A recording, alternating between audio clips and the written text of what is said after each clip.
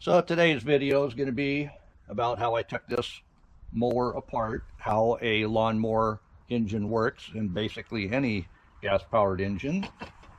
And what I found was the problem with this particular one. It goes over some important parts, not that you'll ever be this deep into a mower, but if any of these symptoms happen to you, you know what direction to go with it. So if there's anything on this information that I've given you that is just wrong, or you have another opinion and you want to leave a thumbs down, that's fine. But leave a comment as why it was wrong, because as a community, we can all learn from each other. So next week's video is going to be on, in case you just can't get parts, maybe you live on Mars, what you can do to get by. That's right, we know all the secrets. So let me show you what I was talking about in cross hatches in the cylinder here. And this is a piston, and this is a piston cylinder. And if you look closely, you can see lines running this way and then running this way, kind of like an X pattern. Hopefully you can see that. And the manufacturers do that with a device such as this. This is a honer, and it's adjustable for different sizes. That would fit in there. You put it on the end of a drill. I don't have the drill on it here. When the piston is out, obviously. And what that does is it puts those little X's on the cylinder wall, and that helps your rings. And I'll show you when I take that out. There's rings on the sides of the piston. I'll show you a picture of that here. And they need to wear in. Having those marks there will help the rings cut in and seal much better. So some of you want to know what the cycle is all about on a motor. So right now we're at top dead center. The exhaust valve is just closing. The intake valve is just opening. And with the head being on, this would create a vacuum where it's going to pull the gas and air into the cylinder. You see, as it hits the bottom and starts coming back up, that valve closes. Now it'll come up for a compression stroke. And right here, it would spark that oxygen and gas-rich environment, making it spark.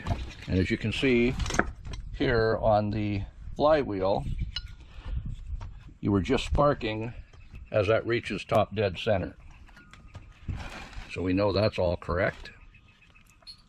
Now you have the power stroke where that gas and oxygen exploded, pushing the piston back down. As soon as it hits the bottom, you see the exhaust valve has already opened and is taking all the exhaust away.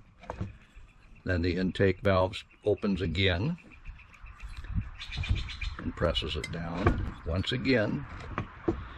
Up for compression, spark. Like I say, you see the magnet against the magneto cause that spark, which makes it force down. Now, one interesting thing is, as it goes through the exhaust cycle on a lawnmower, it comes by and sparks again. Even though it's on the exhaust stroke, it's all right that spark plug does spark again. It'll help any unburnt gases burn off, helping the environment. But I want to see if there is a problem with those rings. So we'll go ahead and open this up. So this blade keeper, it has a keyway in there so it doesn't let the blade spin. It's been on there 30 years. And I put on my puller. I have the nut that holds the blade on, and it actually wanted to come off. That's unbelievable. So let's go ahead and pull that. It helps to oil everything up, I'm telling you. So we'll go ahead and pull that off. You can see there's a keyway in there that set in the crankshaft.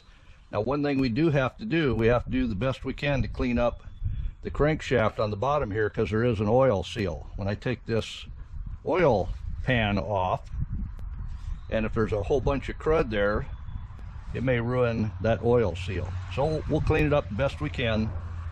Doesn't hurt. Spray everything up though. So I cleaned up around the shaft here where that oil seal is. What I did is I took some my oil and I spun as I ran it across. And as you know, a file only cuts on the forward motion. On the way back it's dragging, so I lift it because that's what my teacher taught me. Now all that oil that I just wiped off took pretty much all that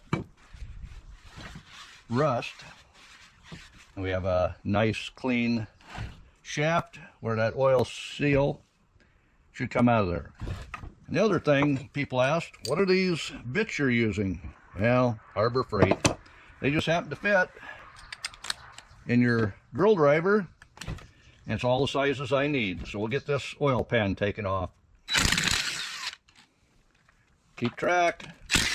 If there's any longer screw, I believe I'm going to find that all of them are the same size. But I'll get them out and be right back with you. And like I showed you, this has a oil plug where you could have drained the oil there, or they have one on the side as well. My experience is when you take this big one out, sometimes it'll crack the block and then it'll always leak oil. So I don't recommend taking those out.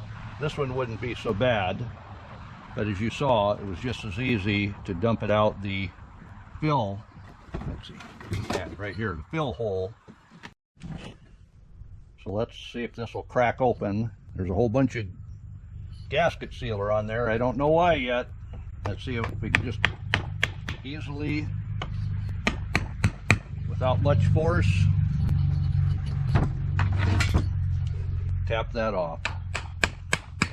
Oh yeah, it's coming. I see it. See the gap opening up? You want to do that gently. We might be able to save that gasket or the sealant. So at this point, you see the gears in there, they're plastic. I don't want that oil seal to go bad, so I'll clean it off again and we'll gently take this apart.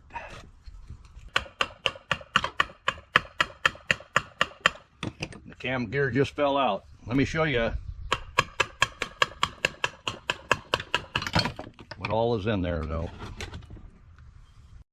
So this is the cam. You can see the cam lobes here. That pushes on the valves.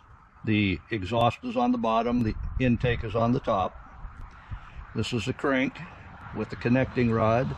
You have a breather here, so that's keeping the oil from blowing out. And on the top side, it has a vent here that actually just goes to the atmosphere. The newer ones, they all go into the carburetor.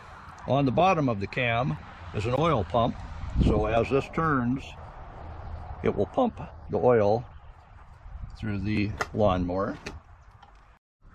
So many people have asked, how does that pump work? Well, this sits in a sump of oil. You see the oil line here, and that rotation causes that piston to pump, and then it's hollow inside, so it's taking the oil from down below and throwing it up to the top where it's distributed through the top of the motor. And then there's a little counterweight here, and when that opens, it opens this little valve here which slings oil onto the crank. So it's quite ingenious the way they made this particular motor. Interesting, isn't it?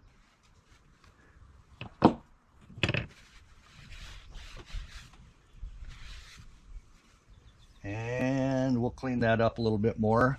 But in the bottom here, this little gear, as you see it, when I spin it, it pops up. That pushes on your carburetor to close it so it doesn't over rev. So this is your governor, and pressing on it presses this rod here, see right here, and that will actually slow down the motor so it doesn't blow up. And as you saw, that spring goes to the carburetor, pulling it closed. So somebody did use gasket material on here, and taking it off again pretty much ruined what was left of that gasket. This hole here, that's where your oil sump is. As you can see here, the cam drops in, spinning the governor, that slows it down, and you can see the pump pumps the oil through the motor. Now it's very important to have the timing marks located. So if you look right here, very hard to see, but on that gear right there, there's a punch mark. And what you'll want to do when you're ready to put this all back together, the cam gear needs to line up with that.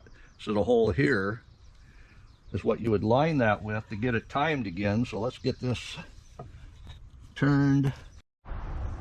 So we'll want to line up the cam with that little notch right there.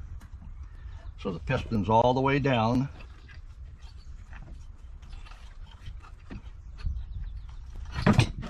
And the point is pointing at the cam, and we'll drop the cam in place, lining up that hole drilled in with that point. So right there, that'll be timed. Then you can add all your bits and pieces and slide that back on, but we're going to go ahead and pull that piston and take a look at it. One of the things I was taught, of course this is on a, maybe a 6-cylinder or V8 or something like that, the connecting rod, you want it back in, the cap back on the connecting rod the same direction. So for cylinder 1, they would punch 1 with a marking punch. See, there's a little mark there. Same thing on the cap. Because this is a 1-cylinder, we're done. But if you had 6 cylinders, you'd put a 2 on the second one, 3 on the third, on and on. You figured that out. But I do want to get the piston in the hole the same direction, because after I have it out, I won't know whether I got it in upside down or not. So marking it gives you the only opportunity you have to get it back in the same way it came out. So that is a 1/4 inch, just because this is American made, and I love this Evo. After you get in them tight spots, you can just ratchet it on out. I don't use this for breaking bolts loose or tightening them, because I want to save that action.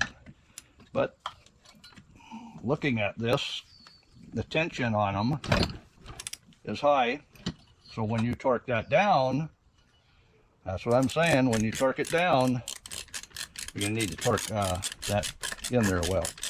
Oh, it does this too, in case you want to speed it up.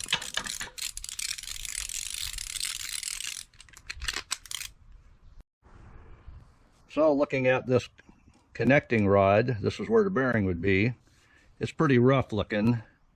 If you ask me, this motor was run without oil in it. But we'll go ahead and tear things apart, take a closer look at all of it. And like I say, I've got my witness mark there as which way that came off. I'm not seeing anything else going on with it. But let's go ahead and pull that piston out the front. So we'll rotate that where it pushes to the outside. You can see the connecting rod is going to release it there. And we'll go ahead and press it on out to look to see where those rings are. Now that's what I thought. Look at there. This is down that direction. And look where that oil ring is sitting. So when we put it back together, I'm going to put that up. That's kind of what I was afraid of, is that a gap was at the bottom. That's what let all that oil by. Let's look at the other rings here though, because you do, look at there. These two are right next to each other. That's a no-no. They all should be separated away from each other by a third. So that was installed incorrectly. If somebody was into there, and I see here it's got scoring as well.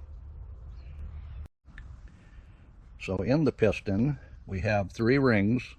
The first 2 are compression rings, so you don't want the gap between all to be lining up, which both of them were, and the oil ring was straight down, which, guess what, that's the first opening for that oil to come through the oil ring, which is always the 3rd ring. So we've identified it with our witness mark that this is down, so it would be sitting this way. So we're going to want our oil ring to be up, and then a third of the way away our 2nd ring, and then a third of the way away our 3rd ring. That way none of them line up to let the gases or oil pass those rings. Got it? So we're looking at the piston face. Because this has been opened, I don't know if it was rebuilt, so I'm looking for any number that might be on the piston, and I don't see any, so I'm guessing this is still the original. But now that we have that out, let's look at the rest of the cylinder. So maybe you can see down in there, there is a definite wear pattern where the piston moves. So half of it has gotten wear. It all looks normal to me. The exhaust valve is on the bottom. That's the hottest spot, so oil would tend to burn right there. That's all right. So go ahead and clean this up with my honing tool, and I'll show you how that works, and we'll do a quick job of that. So to use this hone, I'm using a drill, and you'll want to put it on the lowest setting for speed. So that's about all the faster you want that going.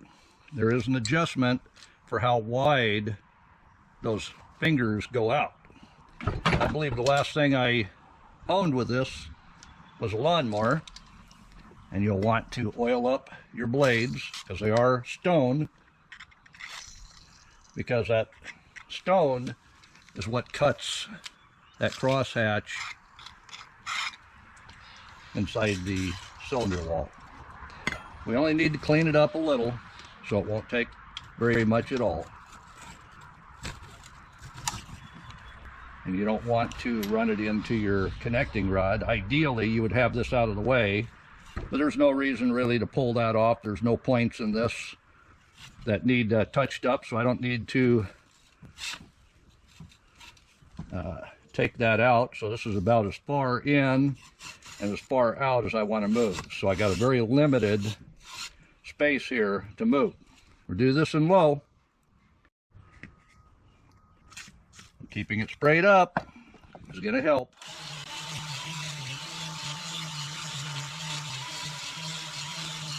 Very slow. And moving it in and out. Got to put that crosshatch back in it and clean up any high spots on the cylinder. All right, let's take a look.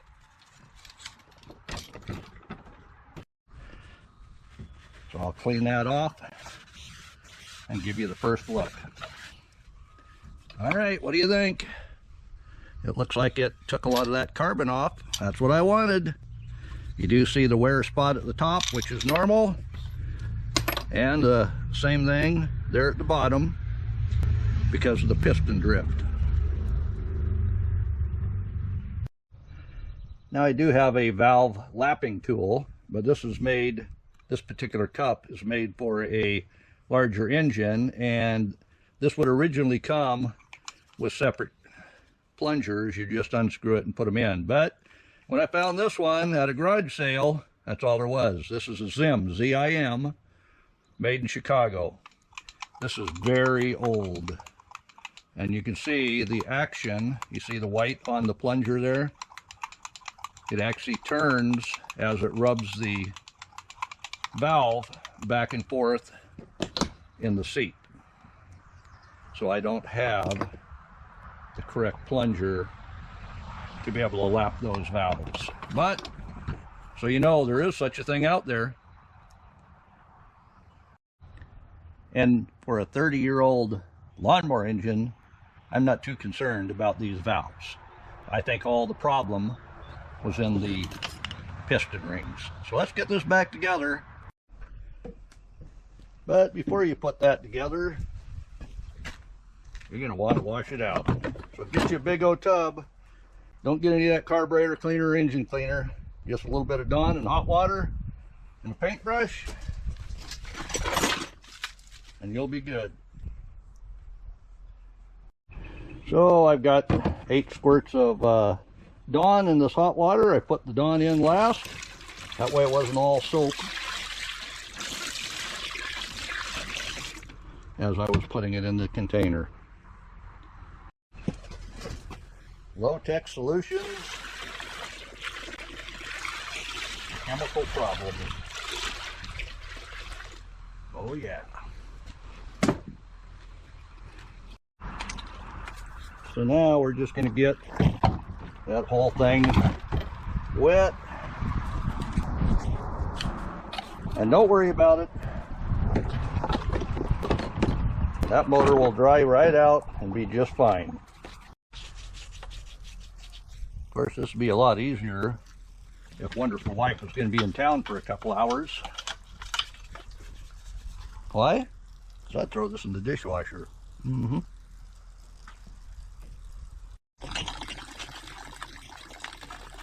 Oh yeah, it's all happening. It's all real. You think every time I turn the camera off, I got my stunt double taking over for me? Oh, well, can't afford one of them at YouTube money.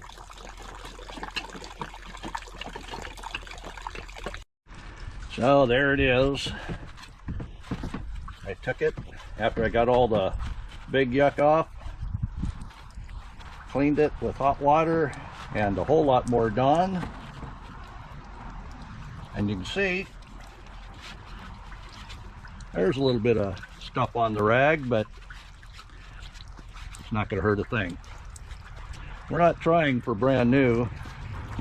We're just trying for useful.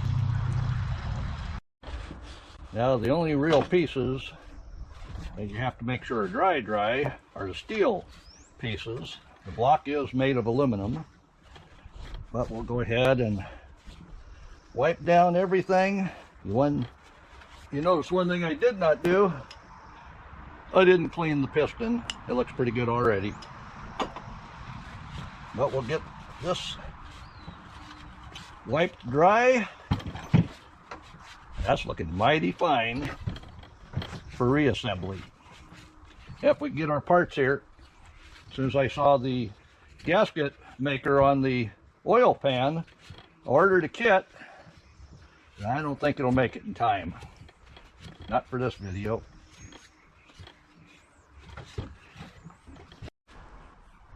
So before I forget which way things went, I'm going to go ahead and put the piston in. And as you remember, I had a witness mark here, and that was down, so that's the direction it's going to go.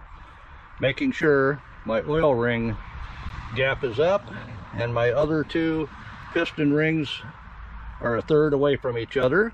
That's all good. Now we're going to need a little bit of oil. We call that assembly oil, but this is just going to be the oil that's going to end up in this mower. A little bit on the piston and then the cylinder there. And then we're going to use a ring compressor. If you've never seen one of these before, you can get these at Harbor Freight for about 11 bucks. In case your neighbor comes over, hey, you got one of them? Say, no, Harbor Freight does. Only 11 bucks. So we're going to go ahead and set that in the hole, the direction we were just talking about. Right now, you see why you need this ring compressor, because all those rings won't go down in. Oh, sure, you can get them to drop in with a screwdriver, but it's easier with one of these ring compressors. I don't know if you ever used one before, but this is the brake, and this is the tool to, you're going to need to spin that to get it to open up there enough for the size piston and rings you have to do. I'll open a little bit more just for you. All right, we'll set that on there, and you see it's bigger than what it needs to be. That's good. Pressing it all the way down to the head as we crank this up. And like I say, you've already put the rings in the pattern you want them to be. But we got to go a ways more before we try beating that in. All right, I think we're in there enough. Let's give it a tap with the back of the hammer and see if it'll go. It's going. There we go. Ring compressor. Now we'll want to verify. And you see there's my witness mark. I can bring that flywheel up to meet it. The crankshaft. Because it may need turned one way or the other, and it does. It needs just a little bit of a tip. There we go.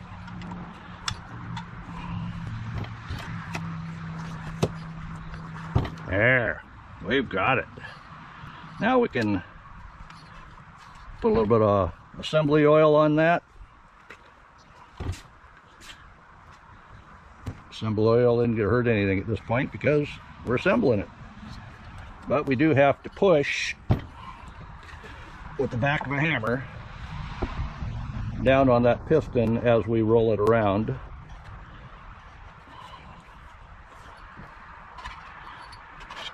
Just because everything's good and tight.